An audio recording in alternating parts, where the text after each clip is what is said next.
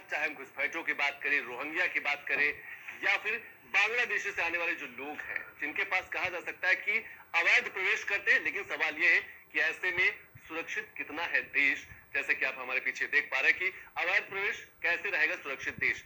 ये घटना कहा जा सकता है कि कुछ दिनों पहले रायबरेली उत्तर प्रदेश की राजधानी लखनऊ से मात्र 80 किलोमीटर दूर एक जिला रायबरेली है, जो सियासी दृष्टिकोण से काफी मशहूर जिला माना जाता है। लेकिन जो वहां से जानकारी एटीएस की लगातार जिस तरीके से छापेमारी हुई, जो जानकारी निकल के आई वो बेहद चौंकाने वाली है।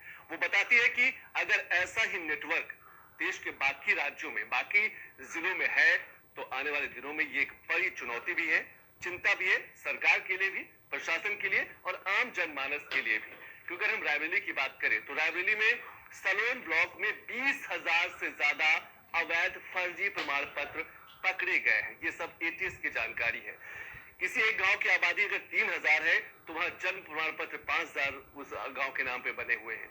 लखनऊ से नजमा गिरफ्तार होती है और उनके पास जो आधार, बांग्लादेशी नजमा जो गिरफ्तार होती है, उनके पास जो आधार कार्ड मिलता है वो इंदौर का होता है।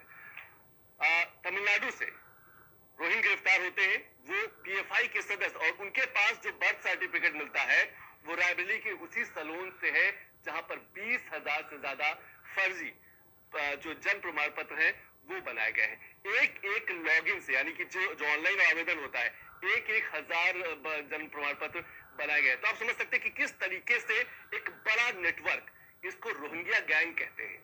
रोहिंग्या गैंग यानी कि पश्चिम बंगाल से पूरा नेटवर्क चलता है और धीरे धीरे अलग अलग राज्यों में पहुंचता है। सीमा बॉर्डर से कहा जा सकता है कि देश के बॉर्डर से शुरू होता है, लेकिन वहीं से धीरे धीरे देश के अलग अलग राज्यों, और आज स्थिति यह है कि शायद ही देश का कोई ऐसा राज्य हो जहां पर रोहिंग्या, बांग्लादेशी या घुसपैठियों का उनकी आमद ना हो, वो वहां पर ना हो। चाहे मध्य प्रदेश की बात करें, उत्तर प्रदेश की बात करें, छत्तीसगढ़ की बात करें, दूसरे राज्यों की बात करें, लगातार घुसपैठियों की वजह से देश की एकता को भी खतरा है, देश की अखंडता को भी खतरा है। और सबसे बड़ा सवाल, ये जो संसाधन है, चाहे हम खाद्यान्न की बात करें या इसके साथ साथ हम जमीन की बात करें, पानी की बात करें, ये जो खाद्यान्न है, ये इन पर भी उनका हक बढ़ता जा रहा है। आखिर ऐसा क्यों?